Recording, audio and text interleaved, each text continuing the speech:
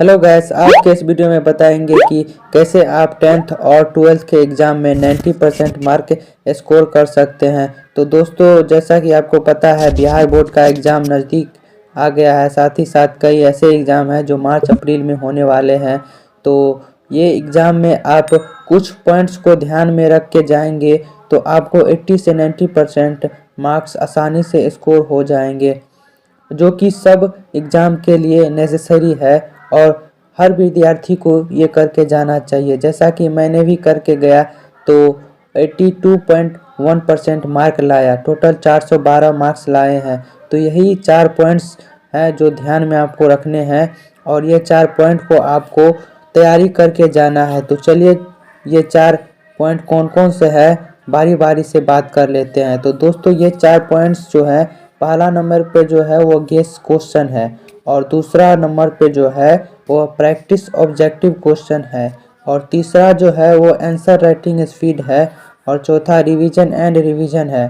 तो दोस्तों, ये 4 पॉइंट है और बारी बारी से इन चारों पॉइंट के बारे में हम डिटेल से जानते हैं। तो चलिए, पहला पॉइंट जो है वो गेस क्वेश्चन है। तो दोस्तों, जैसा आपको पता है, सोशल साइंस का जो क्वेश्चन रहता है बिहार बोर्ड का, उसमें 3-5 नंबर का क्वेश्चन रहता है, और मैथ का जो क्वेश्चन रहता है 5 नंबर का, वो 4 रहता है। तो आपको क्या करना है, जैसे 3 क्वेश्चन सिर्फ पूछता है, तो दोस्तों हमें पूरा किताब पढ़ के नहीं जाना है। 3 क्वेश्चन के लिए हमें 6 से 9 क्वेश्चन गेस करना है। अगर आपको कम लगे तो 9 क्वेश्चन गेस कर सकते हैं, या आपको एक सटीक अंदाज़ा लगाना होता है। जैसे मैं लगा के सिर्फ 6 क्वेश्चन गया था तो 3 क्वेश्चन मेरा आ गया था, क्योंकि उसमें अथवा में भी क्वेश्चन दिया रहता है, तो इससे भी क्वेश्चन मिल जाता है आसानी से। तो दोस्तों, ऐसे अगर क्वेश्चन गेस करके जाइएगा, अगर 9 या 6 क्वेश्चन गेस करके जाइएगा, तो एक तो आपको वो मेहनत जो है वो कम लगेगा, पोटेंशियल कम लगेगा, साथ ही साथ दूसरे सब्जेक्ट पर आप अच्छी तरह से ध्यान दे पाइएगा।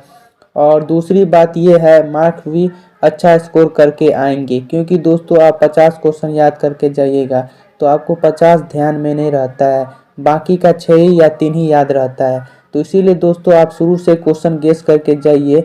हाँ, क्वेश्चन गेस करने के अलावा अगर ये क्वेश्चन अच्छा से आ गया तो इस क्वेश्चन को रख कर अगला क्वेश्चन का भी तैयारी करिए।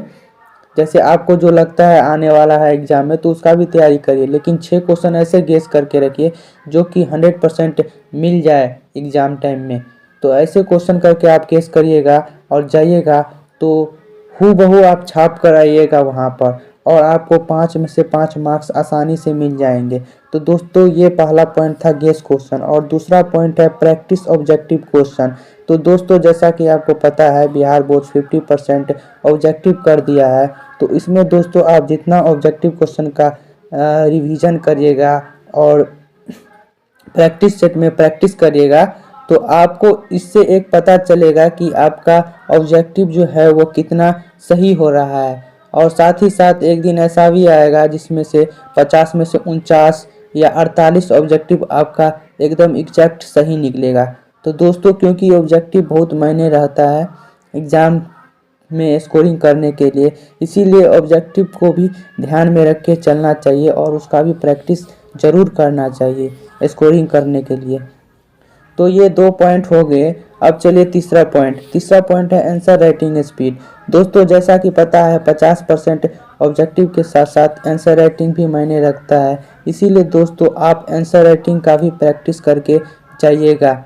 जैसे कि 2 नंबर क्वेश्चन लिखने में कितना समय लग रहा है, 5 नंबर क्वेश्चन लिखने में कितना समय लग रहा है, और टोटल समय को कैलकुलेट करके देखिएगा कि 3 घंटे 15 मिनट में क्वेश्चन पूरा होता है कि नहीं हमसे। अगर नहीं होता है तो उसको बार बार प्रैक्टिस करिए और 3 घंटे में टोटल क्वेश्चन लिखिए, ताकि आपको एक अंदाज़ा रहे कि मैं 3 घंटे में सारा का सारा क्वेश्चन बना के आ सकता हूँ। तो इससे दोस्तों आपका एक भी क्वेश्चन नहीं छूटेगा, और साथ ही साथ आप एग्ज़ाम में पूरा का पूरा क्वेश्चन का जवाब देकर आएंगे। और ये 3 पॉइंट हो गया। और चौथा पॉइंट जो है वो बहुत ही इम्पोर्टेंट है दोस्तों, क्योंकि अगर आपको सारा क्वेश्चन जवाब देना है तो आपको रिवीजन करने के लिए बहुत ही ज़रूरी है, क्योंकि दोस्तों अगर आप रिवीजन नहीं करिएगा तो आप क्वेश्चन लिख नहीं पाइएगा एग्ज़ाम में। इसीलिए दोस्तों चौथा जो पॉइंट है वो है रिवीजन एंड रिवीजन। तो दोस्तों आप कोई भी क्वेश्चन याद करते हैं, कल याद करते हैं, परसों याद करते हैं, तो उसको 1-2 दिन बाद फिर रिवाइज करिए, 3 दिन बाद फिर रिवाइज करिए, क्योंकि ये आपको एक दिमाग में जो है वो छप जाता है। और जैसे ही आपको ये पूरा चीज़ याद हो जाएगा तो ऑटोमेटिक आप सारा का सारा क्वेश्चन का जवाब देकर आओगे एग्ज़ाम में, और 90% तो कुछ नहीं है, 95 97 ऐसे स्कोर करोगे।